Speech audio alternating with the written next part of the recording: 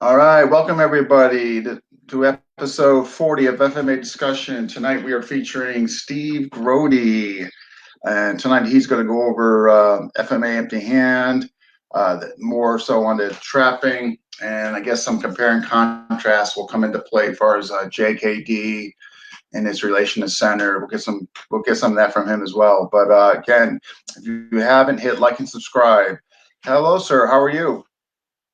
I'm good. How you doing, Dean? Good. So you're away. So how's the vacation and where you're at? Well, I'm with my wife in Iowa, and Okay. it's there's plenty of things to work on here, and it's a very livable town that we're in, and so it's good. It's just a weird world going on right now, and there's a lot of people that Mm, feel that somehow they're well, you know I'm I'm tired of being uh, a good citizen and keeping my mask on, or it's not going to affect me. I'm young, I'm healthy, and anyway, and so the cases keep climbing. So everybody, don't be selfish, you know, and it'll help us all get through this. Anyway, yeah, I know. I mean, yeah, I share the same sentiment. I'm just I'm hoping by fall, goodness, I mean, goodness gracious, that we can get back to some normality and but I don't know. I'm I have fearing this. more hope. I have a little bit more hope for the science aspect of things in terms of developing a vaccine than I do about human behavior, because human behavior is dominantly irrational, and people think they're special cases, and it's what human beings are at our very base is irrational Yeah, for better and for worse. I mean, there are actually positive things that have about irrationality, which means that things that have to do with imagination and achieving things that maybe against our better thoughts might turn into something good. In any event, um, so one of the things when you were talking about empty hands, the Filipino here, stuff. can I Yeah, just? I'm sorry, Steve. yeah. I just I guess I want to jump into that, but I wanted to give some attention before we jump into that from perhaps from people who didn't see the first episode, which I thought was brilliant on your knife program. The only thing I wanted to cover on that was just again, those who didn't see it and all that, who may by now hearing about it and being exposed to it might have some interest in getting it and all that. Would that be an issue? That would be, well, I would like people to know that my knife curriculum is, I put it out there. It's on Vimeo, streaming on Vimeo. So if people went to vimeo.com/on-demand/Steve Grody Martial Arts or something close enough to that, they'll get there and they'll see the trailer. And it's like a 3.5 hour um, dense curriculum. And it's not, it's weird because we're talking on FMA discussion, and um, one of the things about the knife thing is that it's not even though I studied with Dan Inosanto and I studied privately with Edgar Solite, it's neither an Inosanto or a uh, Lameco curriculum. It's my experience and kind of looking at knife through the Jeet Kune Do filter, which means raw timing and distance. I mean, people, and this is where people get indignant. Well, what do you mean? Filipino martial arts are all about timing and distance and blah blah blah. But I was just looking at yet a thousandth time another big name, and he's doing stuff, and what he's doing is he's being fed. He's feeding, and every time there's this and there's this big chamber. Well, the first thing any Jeet Kune Do person would say is, well, why are you chambering? And Mm, if somebody is chambering and they're in range, why are you waiting for that strike to come before you do anything rather than hitting them Right. as a stop hit on the chamber? So there are very relevant aspects of the Jeet Kune Do perspective that that any right-minded person should bring into their into their into their mix. Hey, you might want to check this You out. know, and economy of motion and beat efficiency. In other words, if you can do something with one motion rather than five, get to some place in five motions, why would you not do that? And a lot of times people, there's too much emphasis on, well, but this is the tradition, and what we eventually get to is this elegant, simple solution. Well, why are you starting with a complicated solution and not Mm. showing the real deal to begin with, and playing around and messing around? I guess because a lot of people they have aspects of the best things in their systems, but they wait for a long time to get there, and you got to go through all this rigmarole to get to what's direct and simple. And I'm thinking, well, okay, that's, I guess that's a choice you can make. But if your goal is to really teach people how to fight, so that's why with the knife I start with Largo, long range, and it's the most forgivable range. If there's a mistake made, you can recover. Yeah. It's also the range where you can take the most advantage of people, both offensively and defensively. And if pressed, if you've screwed up and you end up at middle range media, then learn to deal with media. But to start with media and then work your way eventually to Largo is not where it's at in my mind. You know, you start with the most honest, practical thing, which is Largo, and then have media and Corto or close range as backup if you've screwed up every which way. But Oh, and right. Okay. Anyway. And then no, that was excellent. I did again just for the folks who maybe didn't see the first episode or those who maybe weren't aware. Again, I have it. Those who are watching, I think it's I thought it was great stuff and great material. Just before we get into I'm sorry, I trapping, couldn't hear you. I'm sorry, Dean, I couldn't hear that. Would you say that again several more times? I'm going to put on constant recycling. Yeah, just a scroll. A nice loop. Yeah. Matter of fact, I'm going to change the bottom here. You know, and I will say one more What was thing. the One more thing. Oh, about sure. the knife, and then we'll move along to the empty hands. One of the section. So I worked my way from along, and the timing, the different timings of before, during, and after. And the drills, so that becomes very intuitive, the targeting and the timing to take advantage of, so that I don't want my students to even think they're taking advantage of a stop hit, which is on my preparation or on my extension or after a miss. I just don't want them to be constantly just hitting at every opportunity without thinking, oh, it's that opportunity or that opportunity. And I like to, I address what I call the 800-pound gorilla sitting in the room of the Filipino martial arts, which is with knife, whether it's knife, stick, staff.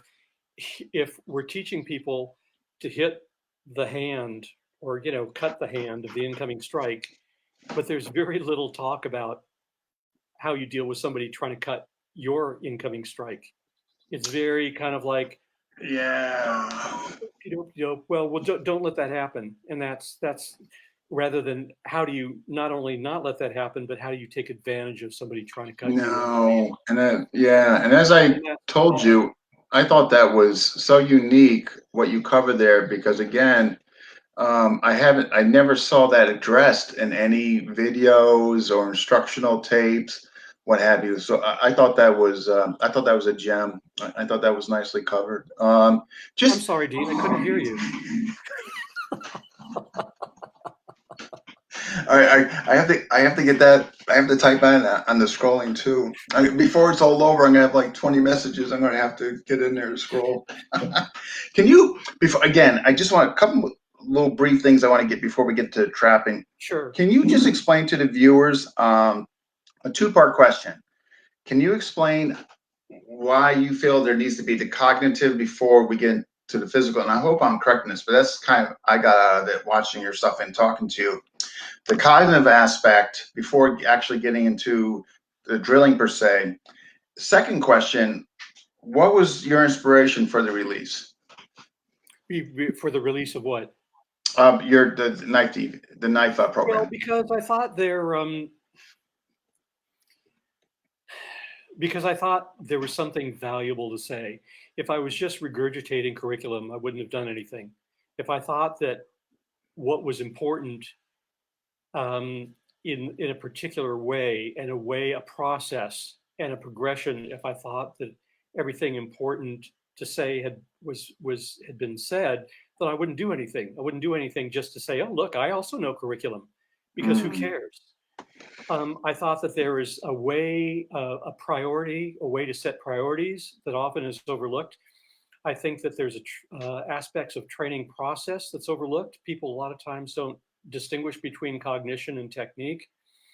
And so I thought I had something to offer, things that were just not being, that were really useful and really important and not being addressed, period. Mm-hmm. And if people want to be offended because everybody thinks their thing is the be all end all, well, okay, I can't help that. But Yeah. so, and when you say, what I was saying is that, so that wasn't quite right, that the cognitive has to be before the physical. What I'm saying is that cognition precedes any physical action. That's what I was saying. Okay. Okay. In other words, people look at a technique, or people see a technique, or a technique is demonstrated, and people go, oh, wow, that's cool, or I like that, or I'm interested, or that's crummy because it's not what we do, or whatever. But there's a physical technique, and that's what people see. But to do any physical thing, offensively or defensively, there has to be cognition. First, you have to perceive either the offensive opportunity or the defensive need. And it might be that your offense and your defense and your offense is in the same beat, but you still have to be able to see that thing before you respond, before you decide how you could respond to it. Okay. So first there's speed of perception, then there's speed of decision.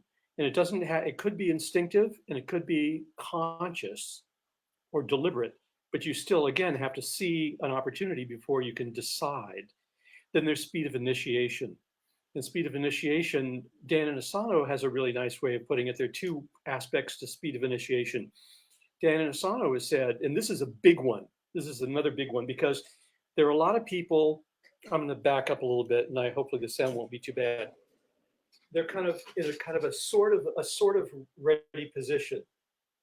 And then, so maybe their stick is down here, and they're kind of sort of ready, and then they pick it up to hit.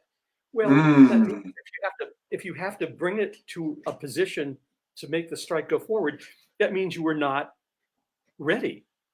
Yeah. If you have to make any movement with your weight adjustment to initiate your offensive or defensive motion, then that means that your speed of initiation is going to be slowed down. So the way Dan Inosanto described it is physical organization. If you're actually in balance and ready to move directly without any additional movement, then your speed of reaction, your initiation speed, will be increased. Initiation speed could be described as the time that elapses between either an instinctive response or a decided response and the movement starting. And we've all experienced seeing something coming at us in our training, and we're going, here it comes, and I'm not moving, and then you get hit. And you feel really stupid because it was not me. Well, not you, of course, because we all know, judging by the nimbus, the glow around your head, that you have achieved perfection. I wish I could say that. Huh? So first, yeah, don't we all? I mean, I used to think when I was first in the martial arts and I heard that somebody was a master, I thought, wow. And I thought that what a master meant was that they somehow were perfect, whatever the heck that means, and they couldn't be hit, or they couldn't improve. And at some point I realized, well, that's just stupid. Everybody can improve, and everybody can make a mistake, Oh and my everybody God. can, at one point or Absolutely. another, get in any event. So there's first things, cognition, in terms of the cognitive loop. First, there's speed of perception. Then there's speed of decision. So speed of perception, speed of decision, speed of initiation, execution speed. How fast did you move? Oh, that guy's fast. And then you bring it around uh, to speed of alteration. And that means not being motor set. That means that in the middle of your motion, can you see the conditions have changed and you can change up? And Okay, make an adjustment. Okay. yeah. So what I'm saying is that rather than as soon as somebody has learned a technique, they have to learn another technique that relates to it so that they are actually making choices. So making choices rather than rote repetition of the same thing, because it's the decision making, it's the perception and the decision making process, whether it's with a weapon, whether it's with empty hands, whether it's driving your car. It's the constant learning to flow and make choices that make something work or not. It doesn't matter structurally. Imagine, to use a crude analogy, imagine you have some supercar, but the windows have all been painted over. It doesn't matter if it's powerful. It doesn't matter if the steering and the brakes are great. You can't respond, Right. you know? Can't So see. Yeah. it's Yeah. the responding that needs the constant grooving. And so constantly making choices. The only reason to do a repetition of a technique is to make sure that somebody has the structural understanding of a technique. And after that, then building on choices of that technique relative to other options that relate to that situation. Great. And I that think that was all well put. depends on the cognition. So a technique depends on cognition, but cognition depends on a functional emotional base. And a functional emotional base and means that, for one thing, you have hopefully made an existential decision before a confrontation, that if there's something that goes down that requires you to defend yourself, that you're not going to be thinking, well, I don't know, gee, this is, can't we all just get along? And no, we can't. We can't always. There's a book called When Violence is the Answer. And Huh. I forget who the author is, but there are people that kind of have a mindset that, well, is violence ever the answer? Well, sometimes it is. There's a Unfortunately. time when, there's a time when violence is there was a time when I was out, in a dodgy environment, and I was photographing graffiti at night, and this guy was on the street, and he was a street guy, and he got, had stuff, kind of slung across his back, and this acoustic guitar, and and he was like, well, what are you doing? I'm like, well, I'm photographing graffiti on the billboard there. Isn't it nice? And I tried to engage him in a friendly way, because he was immediately like, well, what the heck? This is my territory. And he kind of went along with it. And then he kind of went back to wanting to be aggro. And because he said, see over there, that my friend was killed there the other day by a car crossing the street. And I believed him, because I was there the previous day and I saw police measuring there was an accident site and somebody had been killed there. And so I thought, but I kept trying to engage him and tried to be friendly. And at a certain point, he just was like, well, you better get out of here. You just better get out. I'm already just about in my car. And I'm like, oh, okay, well, I'm getting out of here. But apparently he didn't think I was nervous enough or afraid enough. And so he came charging at me, Hmm. and there was this line in the sand where just my hand went straight out as soon as he got into range. And I, you know, palmed him and blah, blah, blah. A few more things happened, but it all turned out fine. And he ended up swinging his acoustic guitar at me. And, and he ended up without a guitar and kind of standing at the edge of the sidewalk with a smile on his face going, oh, you can fight. And I said, yeah, now you don't have a car. And now you don't have a guitar, jackass. Yeah. Anyway, got in my car and left, and it was fine. And but the point is, I tried to be nice. Sure, sure. There's a time when I was out of nice answers. And there can be in many situations. So the cognitive, the existential base, what that means is that you have made a decision that you are responsible for your own welfare ultimately, and you are free to do what you feel is appropriate to do. And that means, given that you also understand morality and ethics and the laws of the land, but that you don't want to be, when somebody's charging at you, thinking, gee, can't we talk about this? Well, no, it's not that. You have No, to,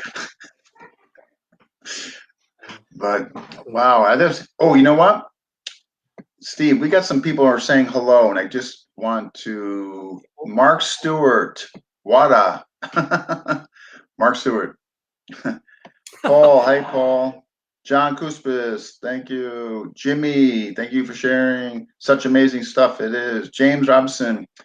He is a great teacher, learned so much understanding from his trapping 1 and 2 tapes and all that. Yes, we're gonna get into that. Awesome. Mark, hello, Dean. I'm gonna begin. Yes, absolutely. So, tell Steve Grody I said hello. We hope to meet him. Okay, John Kupas. I hope I'm not mispronouncing your name, John. He says, I believe to change or alter your strike mid-action, you can't be 100% committed to your initial strike. I disagree. I think that you have to Is that strike. on here? Oh, I'm sorry. Okay, I see it now. Okay. Strike with intention, but with the understanding that you might miss and have to do, that you might have to change up. So one of the things that you do is you have somebody actually just work on striking at you. Let's you could do it at a training range. Strike at you with a full strength strike, but now and then I do something like as they start to strike at me, I step in, and so that they know to change the length of their strike, or that as they start to strike at me, I start to strike at their incoming strike, so they have to alter their strike. I think that there's a way in the training process to be, and it's a tricky, but I will say this, John, that it's a tricky but really important process to be able to be committed to what you do and yet have some part of your brain ready to change up, but yet not be so ready that your strike is timid, and if it does connect, that it's weak. John, hopefully that helps. Training process. It's a training process. I think I am a nut about training process. Technique matters, structure matters, but I am obsessed with the training process by which you know whether you're in the moment or not in real speed. Okay. And sparring is one of those things, but there are a lot of drills where you limit your choices so that you can build up to real speed and then make choices, and then you broaden your choices. It's like a juggler.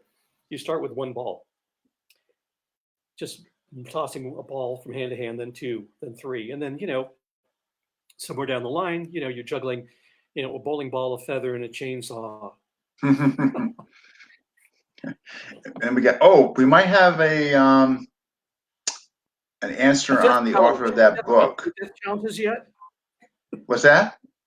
No death challenges yet? No, not yet, but that's going to come shortly. Tim Larkin, thanks for I don't know if that's the author, but somebody suggested perhaps Tim Larkin as the author. Okay. But I'm not. We could definitely look at it. Going to check that book out. Yeah, same here. John said, then you are 100%. Thank you. Yeah, thanks for sharing. Yes. Okay. No, thank you for that. Again, just for the people who weren't aware of your knife release and all that, I thought it'd be just nice to, we could, just to cover a little of that, those that didn't, see it or whatever. And matter of fact, I'm going to bring this up now, and hopefully, and here, I mean, this is not going to be recording, people, but you can hopefully get this. Actually, where did he just disappear on me? There are people, I should mention that in terms of, since we're going to be talking about Filipino empty hands, I have the Flow Filipino Kali Empty Hands, Volume 1 through 3, which Okay.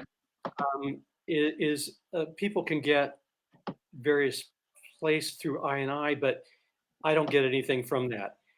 People can also get it from me, but right now I'm out of town, so I would not be able to get you copies.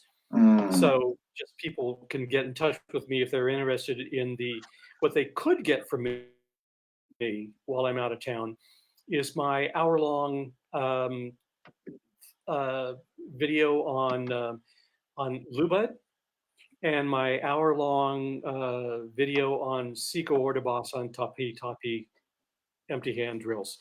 okay. And again, it's about, here's the training method, but here are the combative beats. Because like, for example, in Lubud, so I'm just gonna back up just for a moment. I think that everybody that is doing Filipino martial arts knows, Lubud, boom, boom, boom, boom, boom, boom, boom, that back and forth. But what I try to show is the difference between the basic training form and, so you have 4 beats basically. 1, lifting 2, trapping 3, hammering 4. Okay. Okay. But each one of those, so that's 3 passive beats to 1 active beat. In other words, by passive, that means something that's not hurting somebody. And then the slam. But really, Dan and Asana showed how each one of those beats can be active or something offensive, aggressive, including this. This actually is not really just blocking, it's in somebody's face. As the Mm, hook comes, this is in their face. This is, you're hiding behind this, the hook is out there and you're in somebody's face. And then this slams up, scrapes across, slams down, or hammers. And I know this is too, oh, you're too okay. close to see this, but I guess maybe you're going to have to get the video to see it. Anyway, Yeah, no, but I so mean that's I gotta be honest. I've never uh, heard that presented that way. On the initial movement, that's yeah, actually coming in. yeah, Wow. that should be offensive. If there's every beat, our goal is to make every motion as offensive as possible or active as possible. Um, so so that's part of the thing. But then there's a whole thing about every beat can be interrupted or intercepted. So we start with, here are the variations, but then how do you counter those variations, and how do you counter the counters, and then how do you just flow? But I guess one of the things that, it's interesting because we're talking about empty hands, and some people, there are people with interesting or good empty hands, but it was really and then there's the Filipino grappling stuff and the kicking methods and the kickboxing methods, but a lot of people have kind of cobbled it on there, and they've said, well, because I understand the urge for people to present their curriculum as complete and not lacking anything, but sometimes it seems a little bit arbitrary. I mean, so where people are doing just kind of, they have a stick curriculum, and then they start saying, okay, but you can grab a hand out of the air and do this wrist lock and stuff. And I'm like, okay, well that's not particularly efficient response. And I'm thinking, okay, that clearly empty hands is not something that combatively has been part of the tradition of your system. Mm, Um, and also what I'd like to emphasize is that um, as we start to talk about empty hands, that whether it's Filipino empty hands or the JKD trapping, there is the whole curriculum to try and consider all sorts of possibilities and all these little possibilities. but that doesn't mean that they all have the same likelihood of being used. There's all sorts of trapping, whether it's Filipino or JKD, that is a little bit more niche than other possibilities. They're the major possibilities that are more likely in in the natural mess of human combative instincts.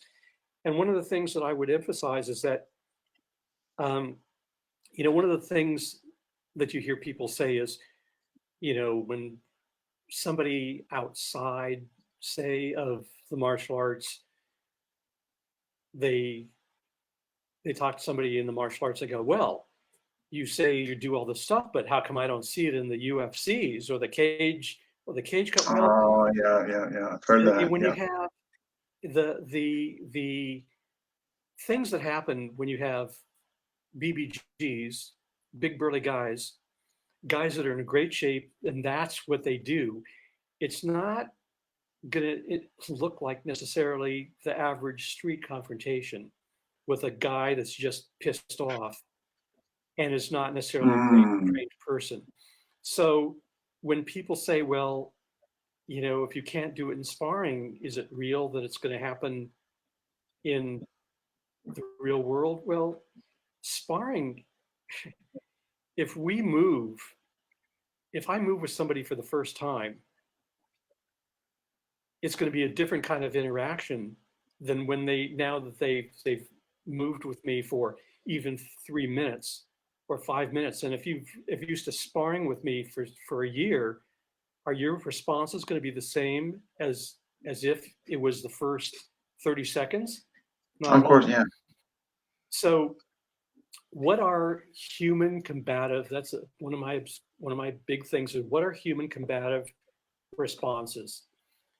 In human combative responses, you get a lot of this, kind of the arms stuck out. That's a normal thing. And what Oh, is that? hands up. My reference point. When you punch somebody in the face, there's very often this kind of either a large block here or a large block there, or this, which is basically a rising block. That's what people do, even if they've never trained in karate. Yeah. A rising block, or this, or this, or this. They do these big motions and they stem. And those are things that a good, properly trained kickboxer is not going to do. But average people do those things. And you can take advantage of that with trapping and attacking the limbs, or entrapping, all sorts of things. That doesn't, and so, and let me put it this way. I do not encourage my students to be knuckleheads, but I have students that are kind of rascally, and they're not looking to really jack people up. But I have students that are always like, "Oh, you train? Well, let's move and let's just see what we know." And I know, I have students that have interacted with people that are trained, that are untrained, that are gangsters, and there's like, okay, well, you're a gangster. Okay, well, how would you fight? And they're able to just kind of put the trapping and the collie and the empty hands and just manipulate them at will, because they have the skill, they've made it their own. And that's a big issue. You made something your own. And they're using it against people that don't know what that is. And so, I've never. And as soon as you are confronted with something that you don't know what it is, you're that much more malleable to be manipulated. You're that much more like, what? And while you're in the middle of your what reaction, you're getting whacked. Wow. So anyway. So what, I guess, what made you, because I talked to a lot of my peers, like obviously David, a few others. Hear that, Dean. Say that again. I've talked to a lot of my peers, or no, I shouldn't say, but people above me, like, who've been around longer doing this, such as yourself, and your name comes up a lot as far as the empty hand aspect. Is this something that you just chose to really investigate and see what different results you can get? I mean, is this fair to say that you like actually definitely made a devotion to this?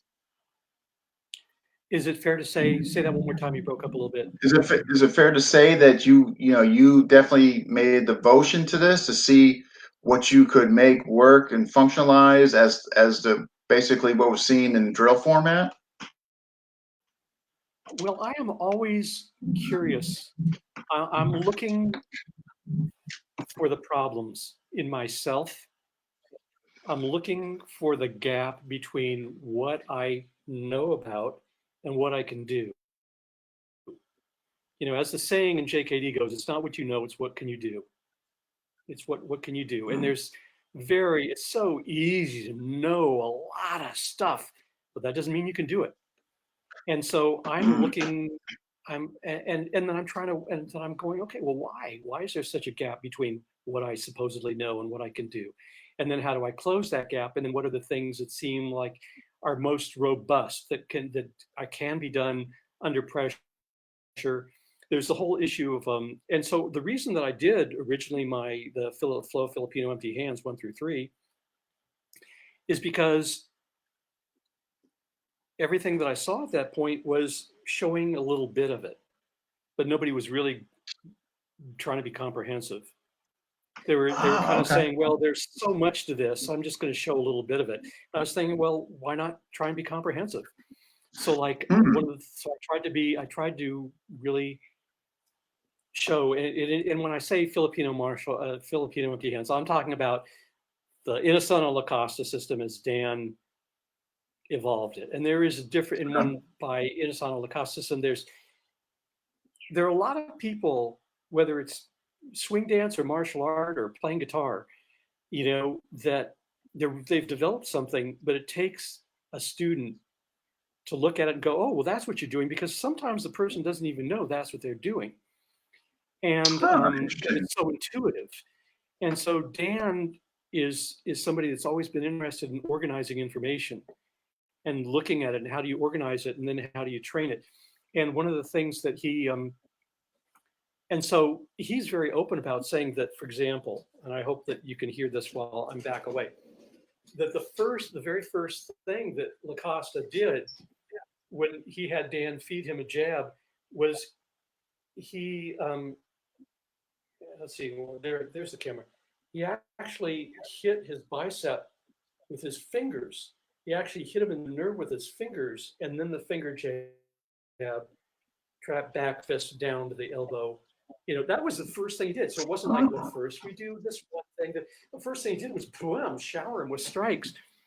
And Dan actually said at one point to me that he liked using his fists sometimes rather than the fingers, because not only was it easier to get a nerve shot without special conditioning, but it looked cooler. That's funny because if everything I've seen, that's been shown to me by a few instructors, that inside bicep shot, and I've never seen it shown with the fingers like that. Yeah. But if you look at the picture, there's this Interesting. famous picture of John Lacosta just standing there with his arms crossed that I have on my wall. And there's this glint in his eye like, please try to hit me. Don't you want to hit me? Don't I look like a guy that, don't you want to hit me? Because I would love you to try and hit me. And you look at his hands that are crossed in front of his chest, and they look like they look like cigar stubs. They look No kidding. like this, even with his fingers all the way extended. I'm just I thinking, didn't. I think that those fingers are really strong, and he's done a lot of conditioning, and he's done Like conditioning on them, or yeah, there's actually finger jab and finger strength conditioning that Dan has talked about, yeah, not part of the necessarily the constant class. That's interesting though. Like, I obviously knew but a good chunk of the empty hand work and all that. But again, I've never seen where the fingers like that. Everybody show like you. They either accentuate the middle knuckle, or it's just a fist coming in. and all that. Yeah. What would, And the hammer, what was I say there? there's hammering, there's a lot of hammering. There's, where's the camera? There's hammering, there's hacking, there's Okay. forearm hacking. Um, there's all this, there's all these interesting things. The so there's the, but even we always want to say it's interesting because there are, I remember there were times at the academy when I was sparring, I was saying to myself, okay, I really want to, I really want to work on the guntings, you know, attacking the bicep, Mm. tricep, blah, blah, blah, blah. And I wasn't finding the timing, but I was finding the timing for the simultaneous parry and hit, or, you know, what's become called split. I was finding a split, but not Oh, the okay, time okay. inside gunting. And when I thought about it later, I thought, well, of course, because really, when you think about it, if you're going to attack my bicep, my bicep is there just for an instant, and then it's not. But the whole time Mm. my fist is on the way, my face is there. So if you attack for my face because my rear hand is down, you have it's a much higher percentage shot. And so even though attacking the limbs, the theory of attacking the limbs is that, well, they're closer to you, you know, than the face, but they're the opportunities for getting a limb, the limbs are moving so much quicker than the head Mm. that's attached to the body that's issuing the strike. So still going for the major strikes of the eyes and the throat is a higher percentage thing. But the one of the things, again, on the series of tapes that were originally tapes, then DVDs, that I like, is that there were times when Dan would show variations, but he didn't necessarily show them all at once. And I tried to collate all those variations and then relate why you would do what when. And like Okay. with the foot trapping series, he showed foot trapping, but he didn't necessarily show it all the variations in a given day that kind of came out over time. And I tried to collate that into a coherent little curriculum about the foot trapping series.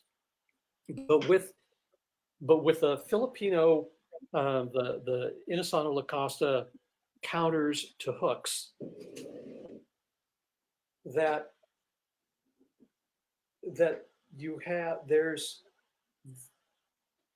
the timing that it takes to get this, to understand how that can go to somebody's Nice. Yeah. bicep. Sorry, this is backwards for me. To get that to here, or to get that to here, or to get that under the ribs, to cover and drive it in under the ribs, Mm. that that requires less perception than attacking, say, the bicep or the tricep. Mm. It's less risky, it's more covered. And so in terms of, and also just the destroying of the incoming jab or cross, that the timing requirement for that is less, as long as people Yeah. also understand distance. Unfortunately, there are a lot of people that are working that as part of their curriculum, they're trying to do an elbow destruction to the jab or the cross, but the feeder is punching at their elbow rather than at their Mm. face. So they don't actually have to um, manipulate the distance so that it's actually going to get to the elbow. The way it should Okay. be done is it's as though you're doing a small retreat with a catch, so that you have more time to get your elbow to where they thought your face was going to be. You're Gotcha. replacing their face, you're replacing hopefully with what they expect to hit, which is your face, with this. But to do Gotcha. that, you have to back up a little bit. And also that way, if your timing is off, you don't end up getting smashed in the face. Mm. You know, so that's why details can be huge in terms of how Yeah, things are yeah, trained. especially what you just mentioned there with the small backup. I do hear, you know what? Because you referenced the your tapes there and all that. And James, I want those two tapes. Tell me what I have to do. The tapes you reference, James Robson's asking. You're kind of breaking up a little bit, Dean. Say it one more time. Oh, I'm sorry. Can you hear me better now? Well, it's a little broken up. Anybody out there in watching this? Is it just me, or is it everybody? I'm not sure. Be curious what other people say. I'm not sure. Hopefully, yeah, we'll see if anybody says. But what I was saying was James Robinson wants to know how he can get those 2 tapes you referenced. Well, you can go to the easiest way is to go to stevegrody.com, and you'll see a link. Okay. And then, all right, what do I'm going to bring this up, and I'm not sure.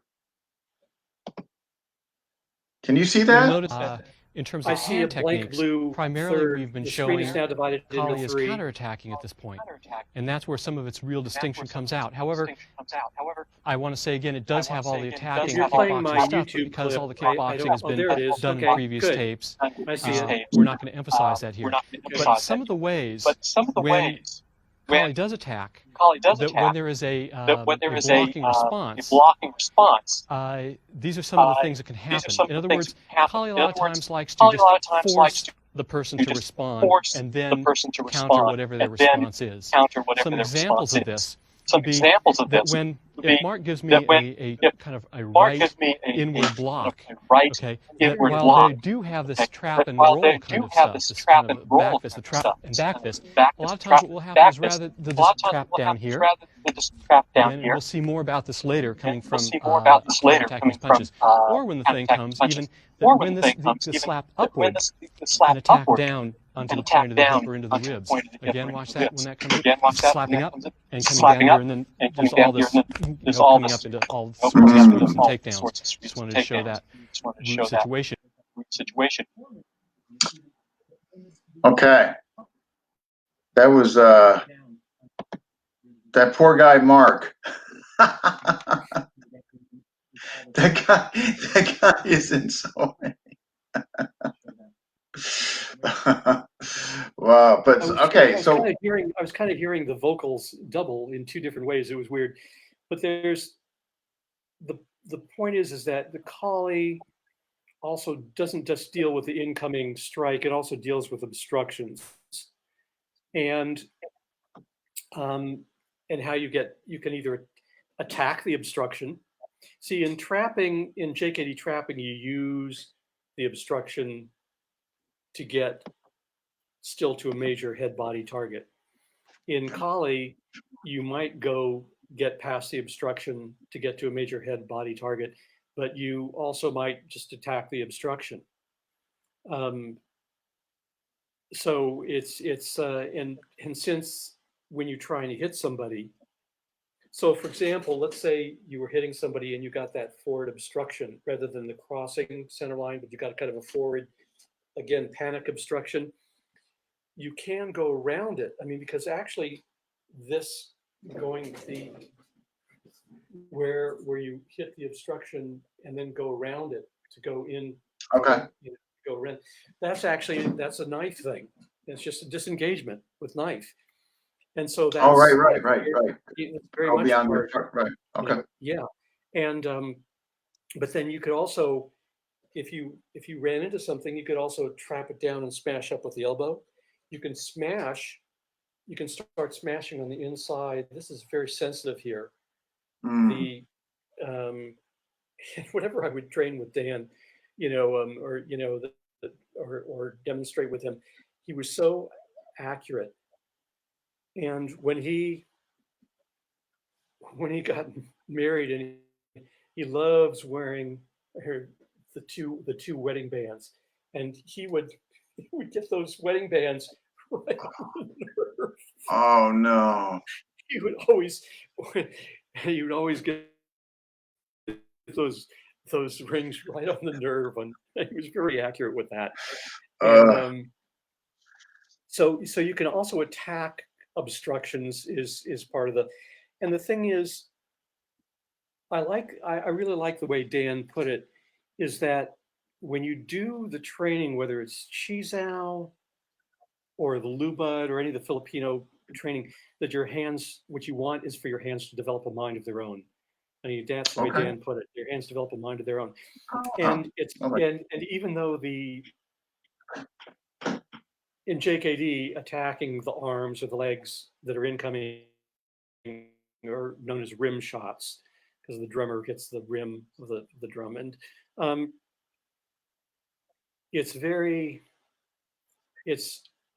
it may be cool. There may be a good cool factor, but that doesn't mean that necessarily you would still go for something major where you can. But what Kali Empty Hands gives you is the option that if there is not a major open, then you have these other targets that are still worth going for on the way to clearing something up, rather than just like trying to start again. You know, example, if somebody did carry just properly and their hand was here, I think I've made you miss my face, but if you understood Kali, then you could still drive that right into my shoulder. I thought I was being economical, but you could still maybe drive that strike right into my shoulder. So it just gives you alternative targets, and it's good to have that freedom, you know, to cheat. No, 100%. My next thing is, because I do have one question for someone who submitted a question, but before, you know what, this might be a good time to get into his question, actually, because it's kind of along the lines of what you're talking about. Okay, this is a question from Joe Del Conzo. How do you address footwork / quartering as it relates to effective trapping? Footwork / cornering? Quartering as it relates to effective trapping. Quartering, as in a quarter, a half, or a quarter? Correct. Yep. Okay, I'm not familiar with the term. What he means by quartering. How about maybe just go from footwork? Well, I'm not understanding what quarter means. QUA. Yeah. Quartering, like in sections, like I'm not sure either. I mean, like for the four corners. You mean? Perhaps, if I had to guess, we want to take it from that perspective. Well, footwork relative to trapping, just in general. And I don't know if I'm answering this question, but you're not trying to trap. You're always, the thing in JKD is you're not trying to trap, you're trying to hit. And if when you hit somebody, there are 4 main kinds of responses that happen. Number 1, you hit them successfully, hopefully you rock their world, and you follow up. B, they evade either with distance or close by maybe slipping or bob and weave or something, and then you continue the flow to try and hit them. Okay, that's 2. Number 3, they obstruct you. And when they obstruct you, you can either say, if you obstructed my jab, I might take my jab and go to a different line, a hook line, or I might hit with a different tool, or I might kick. So when somebody obstructs you, you might hit with another tool or attack a different line. But at a certain distance and with a certain kind of pressure and structure, sometimes trapping is an efficient and appropriate and the direct thing to do, or is one of the direct things that you can do. The 4th thing, of course, is that you hit somebody and they just try and tough it out and keep on going, in which case you have to be ready when you hit somebody to go immediately back to defend your attack. So simultaneous simultaneous defense and attack is not the same mindset exactly as simultaneous attack and defense. And that's one of my favorite bread and butter empty hand drills, is that I just have a student, a training partner, just punching towards my face with control and not hitting me, or punching lightly, touching my chest, jab, cross, jab, cross, jab, cross. And then just at random, I'll fire hooks or uppercuts or jabs or crosses. So in the middle of their attack, they learn how to change up into a defense, hopefully with another simultaneous attack, if they're really in the groove. Okay, but in terms of footwork, the main thing is that you're just trying to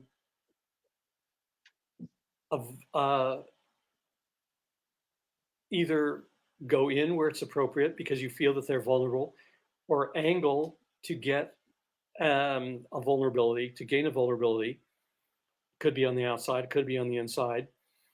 And the trapping, the footwork will tend to be that moment where you're trying to hit, but then closing a gap quickly to take advantage of a block so that you are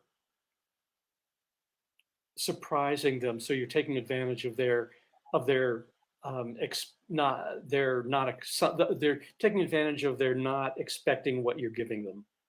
Okay. And I don't know if that answers the question about footwork. Yeah. No, I'll let him know you did when he chooses to watch it later. Okay.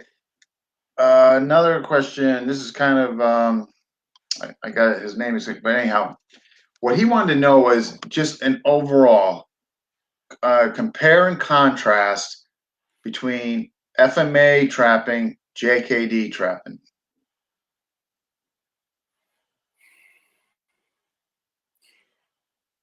You know, even though I have a bunch of material out on the Filipino trapping, I have to say that a lot of the JKD trapping, in terms of the curriculum, in terms of going through a curriculum, requires less specialized cooperation. You know, in terms of dealing with hooks, the Filipino thing with the elbows, the variations, the Seiko variations, dealing with hooks is really good, and the straights is really good. And I think that's really valid. In terms of, though, a lot of average reactions, JKD goes for the head and the body. JKD goes for major targets. And the Filipino distinction is that it goes for unusual targets on the limbs and works, as Dan said, some of his teachers called it the pit bull method, because a pit bull grabs here, then it grabs here, then it grabs here, then it grabs here, works its way up. And so Dan said that was the kind of the pit bull method, that you work your way from the closest thing to you to the major targets. So JKD is more concerned with getting directly to the major targets, whereas in the Filipino flavor, it works its way from the minor targets to the major targets. But you can, like in the Seiko Ordabas drill, where you trap and then you elbow the bicep, Dan made it clear that you could actually elbow a bicep, or you could actually elbow the shoulder. You could actually elbow somebody in the face. So it's not like you have to attack the limb to feel like you're doing fully Filipino. Okay. I got it. Okay. No, that was well. Okay, so that was that was well put. I thank you for that. Okay, that was okay. And what, as far as recommendations, like somebody's watching this who maybe wants to, maybe was reluctant to incorporate or even attempt trapping, because as you mentioned, they're around sophisticated people who have knowledge, so nothing was working or panning out. What would you say to them, or what would you, as far as how they could pursue it in the functional light? I would say that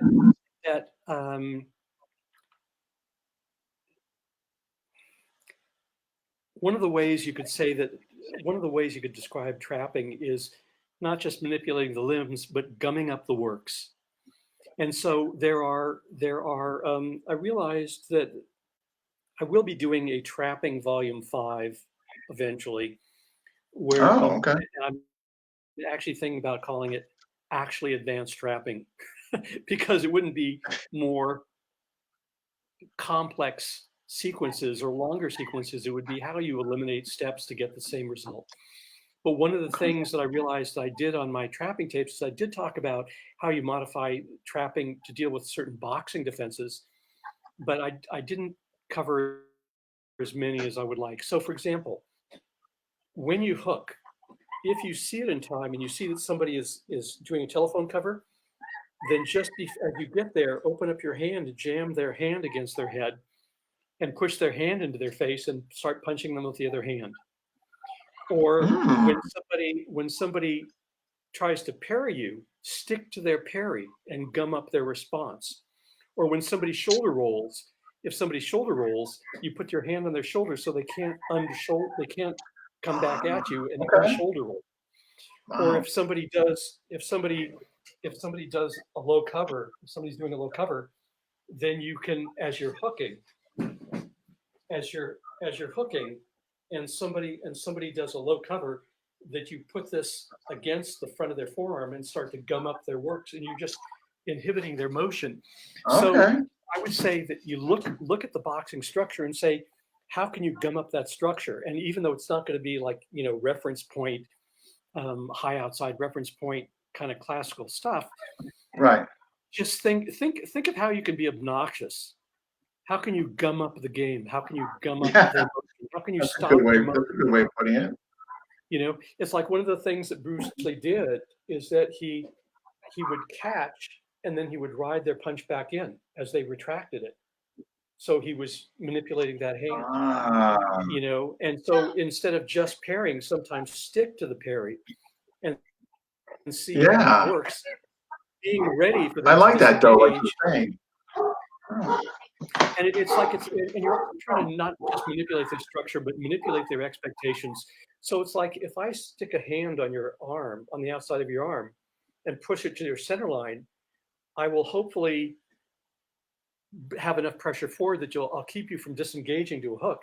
But if you do, then I should be ready to go just drive an elbow straight inside your hook to your ribs. I'm writing these down. Actually, I like that. Like you're right. If they if they're covering here, just freaking like you were saying, And the thing is, it's interesting because you see boxers do these things.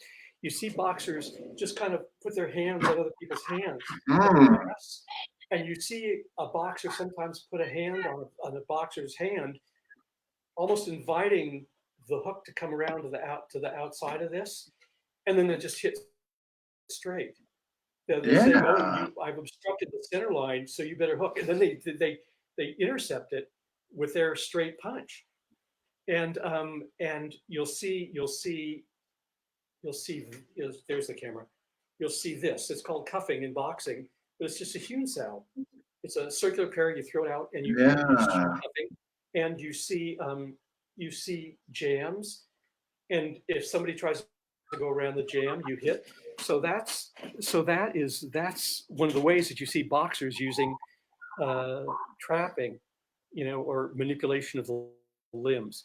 If you don't think of it as like classic wet dream trapping, where you have the two limbs tied up and you have a perfect gum sow and you're going like this. Yeah. If you just think about it as manipulating the limbs and their expectations, so their solution to your jamming them up plays into your game, then that's still trapping. You just hit on something. I'm wondering, like myself, if people just overthought it, like made it more complicated. You know what I mean? I'm thinking the way you just put it, it was like it simplified it for me, as opposed to, like you said, the reference points. That was an accident. If I made anything more clear, that was an accident. I'm trying to make things as complicated and as obscure as possible.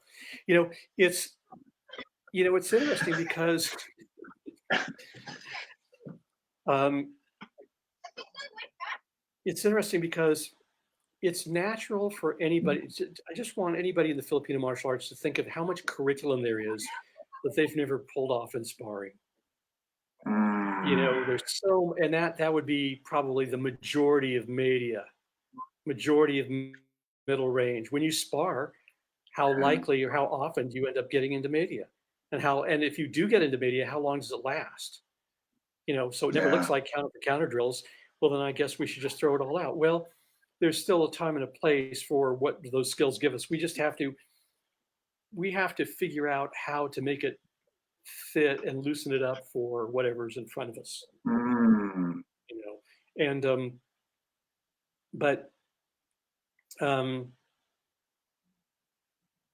so yeah, there you have it. Yeah, no, I mean, before we wrap up, I know you're on vacation and all that. What are future goals? You kind of not on vacation. It's not on vacation. It's on being out of LA right now. That's what it's on.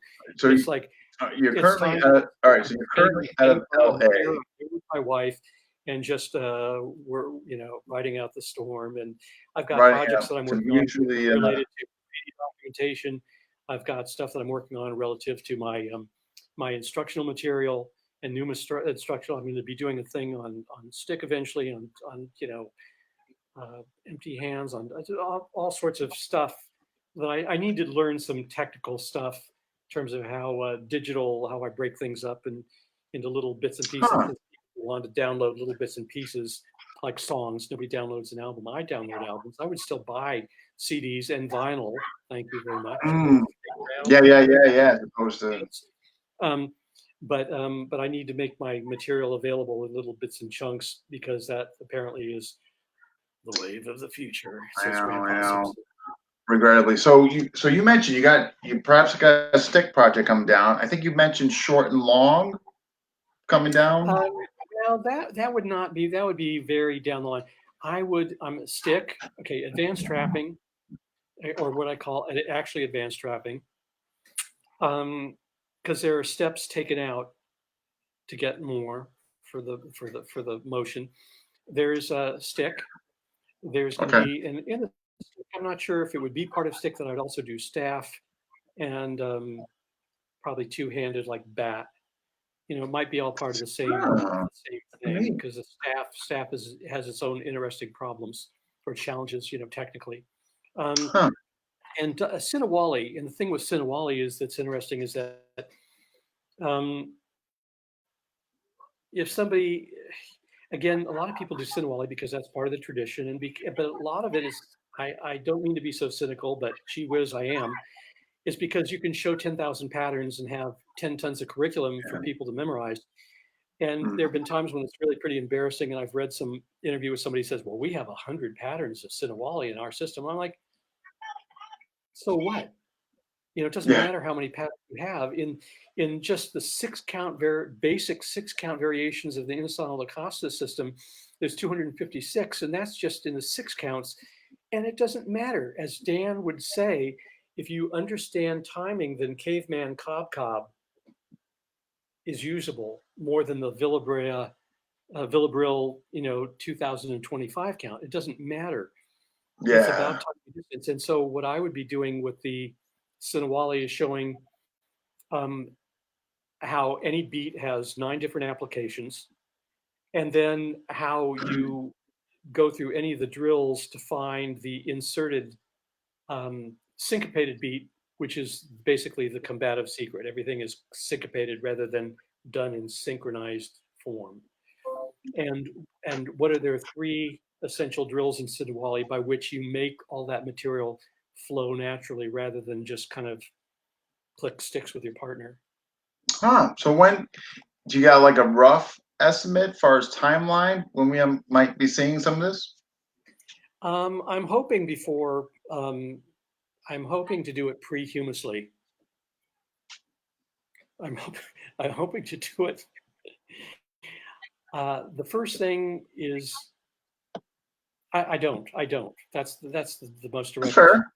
I don't have a time estimate. I really want to move forward this year on everything, but right now there are things that I need to learn how to do in terms of breaking certain pieces up in iMovie. So I have to get somebody to redesign a website so that these parts are available, and and people can pick and choose what it is that they're looking for, and then blah blah blah blah blah. And then I need to refilm some things so that it's just a little bit more clear and can be broken up into bits and pieces. So I'm going to redo eventually my Lubud. I'm going to redo my Filipino empty hands, just reformatted a little bit. Although the present format is still coherent, but I'm going to redo it so I can have added commentary, make things more clear. Yeah. Well, I tell you, if it's anything like your knife and all that, I mean, I'm looking forward to it. I mean, me personally, Well, whatever comes out. Thank you. Yeah. So anyway, so stevegrody.com if you want to see the video material that's available. Steve Grody, all one word, stevegrody@gmail.com if you have questions you want to ask me directly. Okay. Any death challenges go directly to Dean Franco. He's taking all my challenges. He's currently handling all my small work. Unless you're in really, really bad shape, in which case you're not so tough without your walker, are you, Grandma?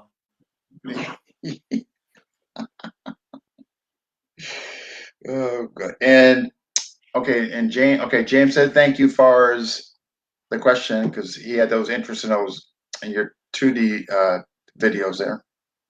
John, good stuff. Thank you. Yes, it was. Anybody all right, anybody want any questions? I'm gonna put here. I'm on Facebook. I'm on Facebook. Yep. I'm in Instagram. I don't post that much on Instagram. I'm not like, oh boy, what 10,000 things can I post today kind of guy. I know. But that would just be better. I'm gonna try to be a little bit better. And you can. I'm not obscure. You can get in touch to ask questions. And you got the group here on Facebook, right? I have Steve Grody Martial Arts page. Yeah. Steve Grody Self Defense on Facebook, and I actually post something once in a blue moon. But you can see prior posts and prior material. Yeah, especially those who might like on your knife stuff. I recall seeing some of that stuff there. Yeah, there's some posts.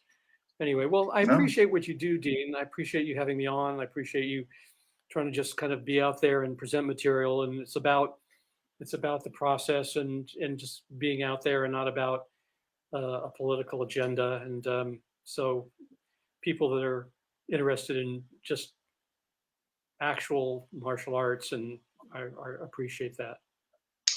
Thank you so much for the support and all that. Yeah, just try and bring more exposure to people like yourself and the FMA systems and all that.